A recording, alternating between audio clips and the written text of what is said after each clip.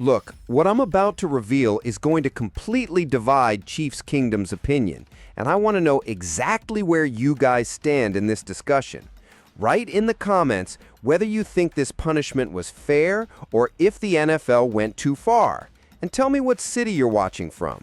Because look, after following this soap opera for over a year, I'm sure your reaction is going to depend a lot on how you view the league's role in situations like this.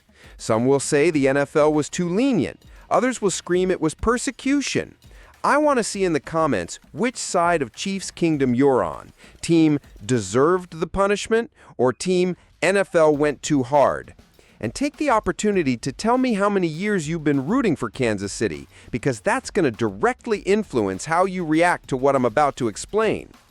The news came in a weird way today.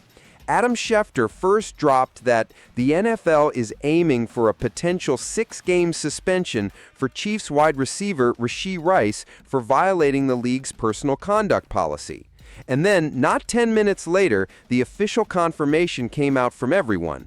Kind of confusing timing, but anyway, now it's official. Rashee Rice is accepting and will serve a 6-game suspension to start the 2025 regular season. The whole situation started a year and a half ago when Rice was driving at high speed on the highway, crashed his car, and fled the scene. Everything was filmed, everyone saw it, and since then, we knew a suspension was coming. He finally resolved the legal issue for the most part, pleaded guilty to 2 third-degree charges, got the probation period, and has to serve 30 days in jail. Now, the NFL and NFLPA finally came to an agreement. But man, the negotiation behind this was much more intense than most people imagine. The NFL initially proposed a suspension of 10 to 12 games. That's practically half an entire season. Rice's team and lawyers fought for a much shorter punishment, and that's where it took so long to get resolved. They probably wanted something in the range of 3 to 4 games. The NFL supposedly wanted 10 to 12, and they settled on 6.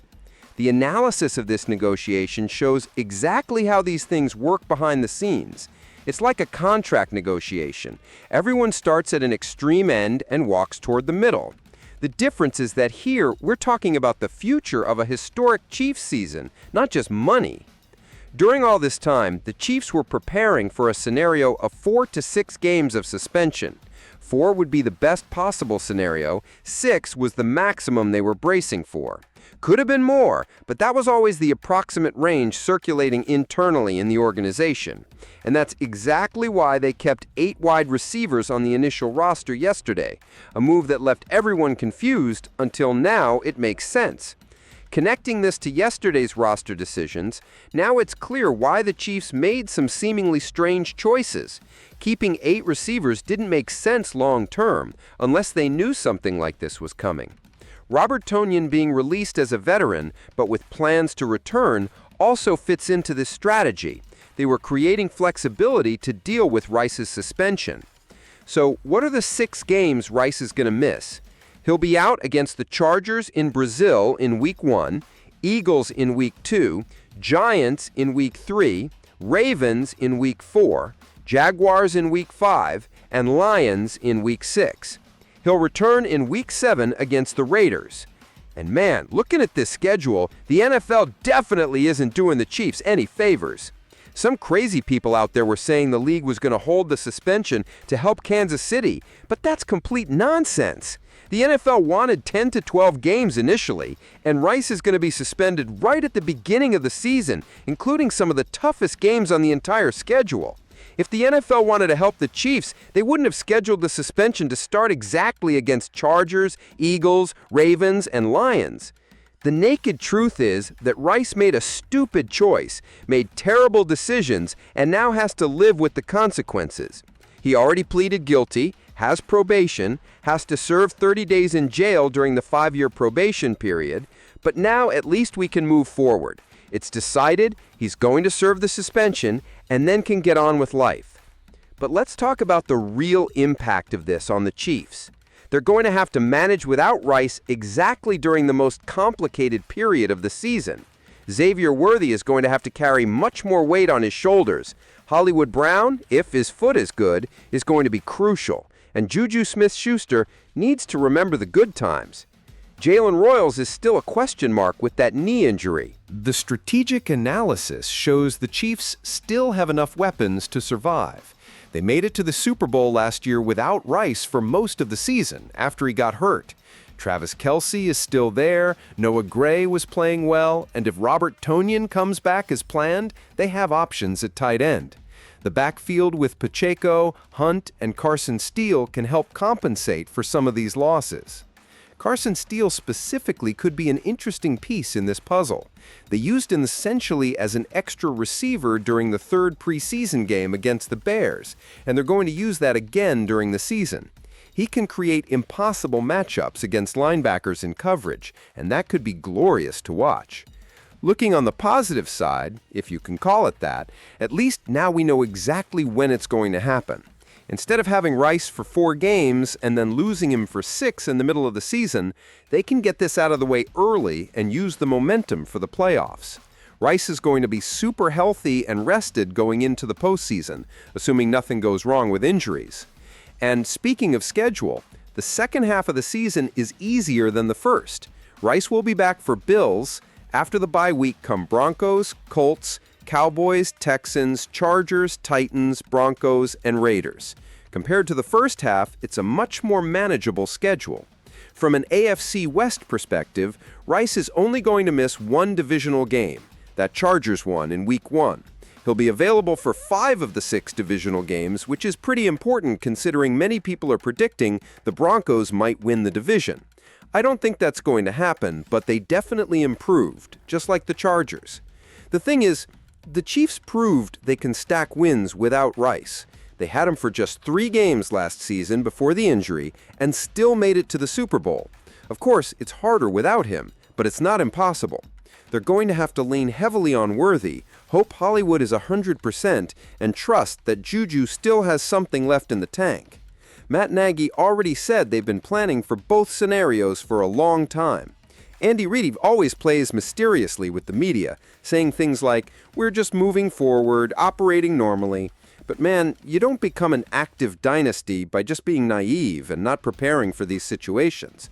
No, they've been preparing for this for a long time.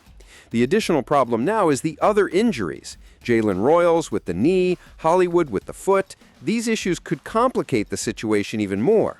But at least now there's no more uncertainty hanging over the team. Personally, I think the Chiefs are going to manage a 4-6 campaign in those first 6 weeks, which would be a pretty realistic and positive scenario. Sure, there are some big games there, Chargers, Ravens, Eagles, Lions, but they've done it before, they can do it again. Football season is right around the corner, with a lot of content coming down the pipeline. Despite all this mess, I'm still excited to see how they're going to react to this challenge. If there's one thing this dynasty has proven, it's that they know how to overcome adversity, and this might just be another obstacle on the path to making history with the three-peat. But man, while I was recording this video, more news came in that shows how Brett Veach really was playing 4D chess all along. This morning at 11:27 a.m., the waiver claims period ended, and the Chiefs didn't claim any player, which makes total sense considering they have the second worst waiver wire priority for making it to the Super Bowl. But here comes the interesting part.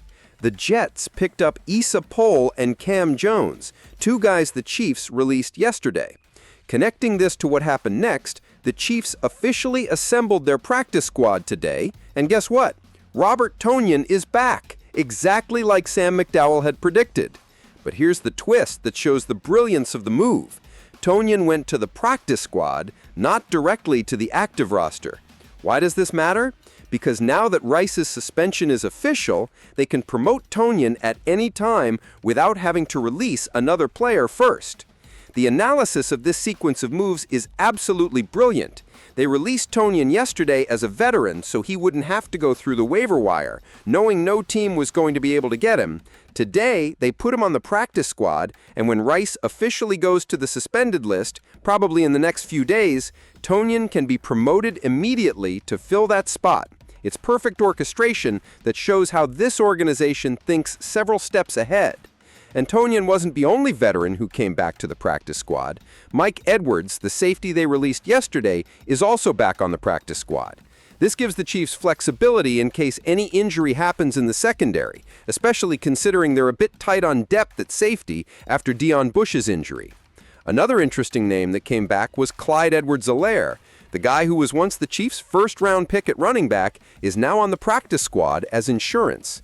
Considering Kareem Hunt's age and the injury history of some guys in the backfield, having CEH around could be crucial if things go wrong. Chris Oladokun also passed through the waiver wire unclaimed and returned to the Chiefs' practice squad.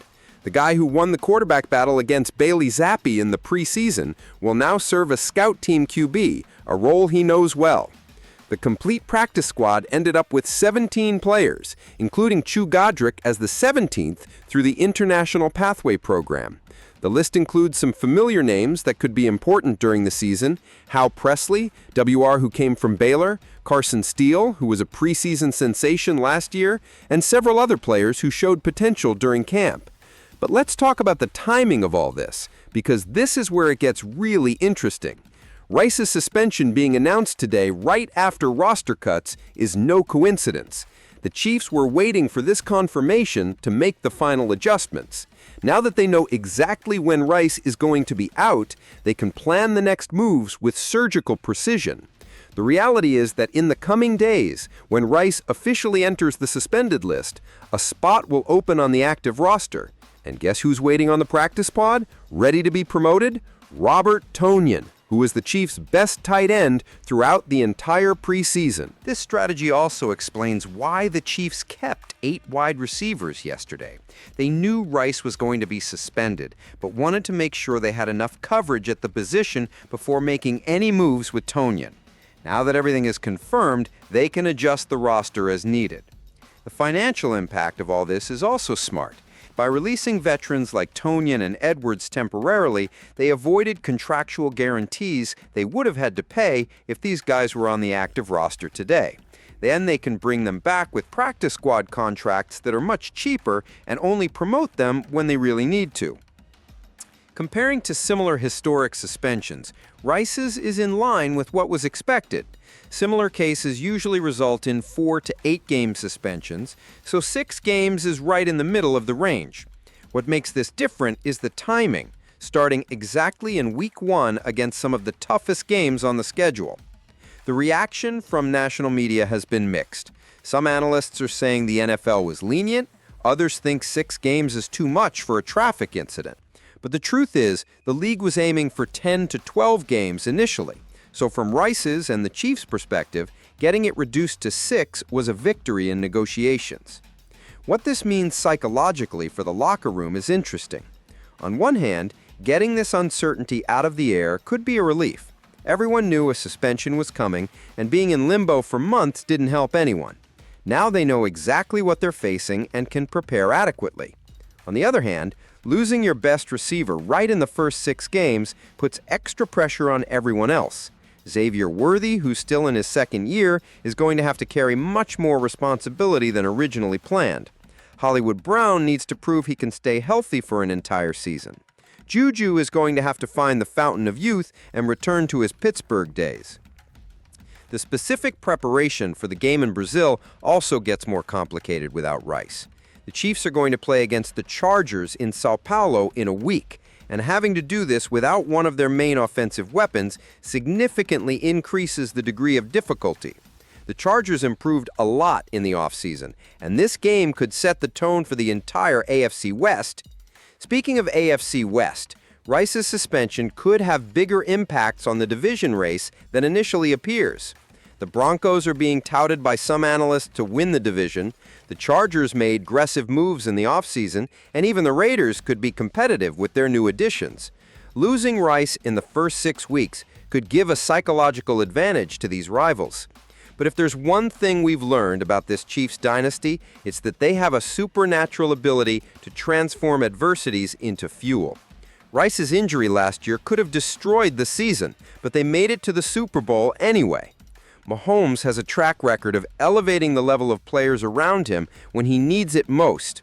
The timeline of the next few days is going to be crucial. I expect by Friday we'll have more moves, probably with Rice officially going to the suspended list and Tonyan being promoted from the practice squad. We might also see some minor roster adjustments as they prepare for the trip to Brazil. The only thing that could still complicate the plans is the injury situation. Jalen Royals is still dealing with the knee issue, Hollywood Brown has the foot situation, and if any of these guys can't be 100% for Week 1, the Chiefs might have to make additional adjustments. From a strategic standpoint, this suspension could force Andy Reid to be even more creative offensively.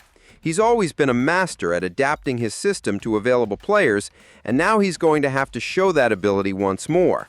We might see more formations with multiple tight ends, more use of Carson Steele as a hybrid receiver, and definitely more responsibility for Travis Kelce as Mahomes' reliable safety valve.